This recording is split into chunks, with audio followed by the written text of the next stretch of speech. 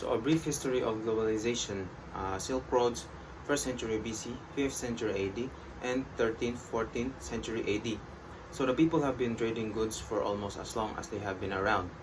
But as of the 1st century BC, a remarkable phenomenon occurred. For the first time in history, luxury products from China started to appear onto the other edges of Eurasian continent in Rome. They got there after being hauled for thousands of miles along the Silk Road. Trade has stopped being a local regional affair and started to become global. That is not to say that globalization had started in earnest. Silk was mostly a luxury good, and so were the spices that were added to the intercontinental trade between Asia and Europe. As a percentage of the total economy, the value of these exports was tiny, and many middlemen were involved to get goods to their destinations. But global trade links were established, and for those involved, it was a gold mine from the purchase price to the final sales price.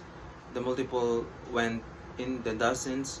The Silk Road could prosper in part because two great empires dominated much of the road.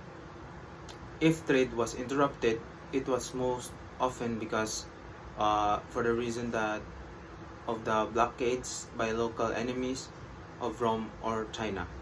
If the Silk Road eventually closed, as it did after several centuries, the fall of the empires has everything to do with it.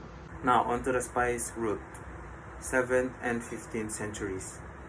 So the spice route, also known as maritime Silk Roads, is the name given to the network of sea routes that link the east with the west. They stretch from the west coast of Japan to the island of Indonesia, around India to the lands of the Middle East, and from there across the Mediterranean to Europe. So the main focus of Islamic trade in those Middle Ages were spices. Unlike silk, spices were traded mainly by the sea since ancient times. But by the medieval era, they had become the true focus of international trade.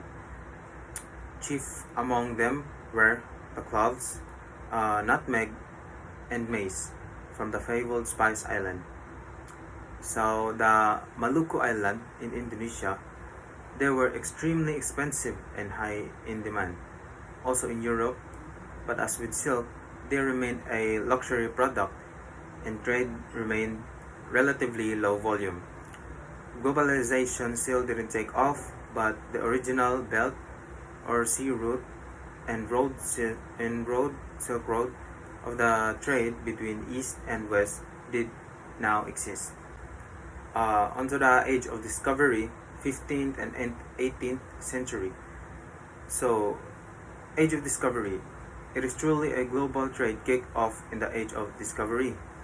It was in this era, from the end of the 15th century onwards, that European explorers connected east and west and accidentally discovered the Americans, aided by the discoveries of the so-called scientific revolutions in the fields of astronomy, mechanics, physics, and shipping.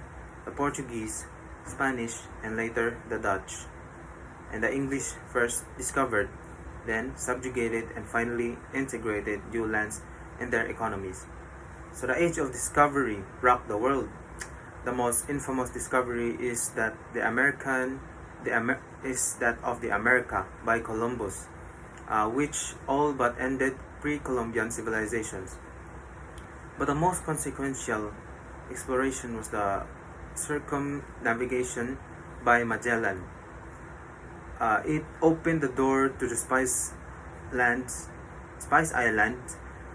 cutting out Arab and Italian middlemen, while trade once again remained small compared to total GDP.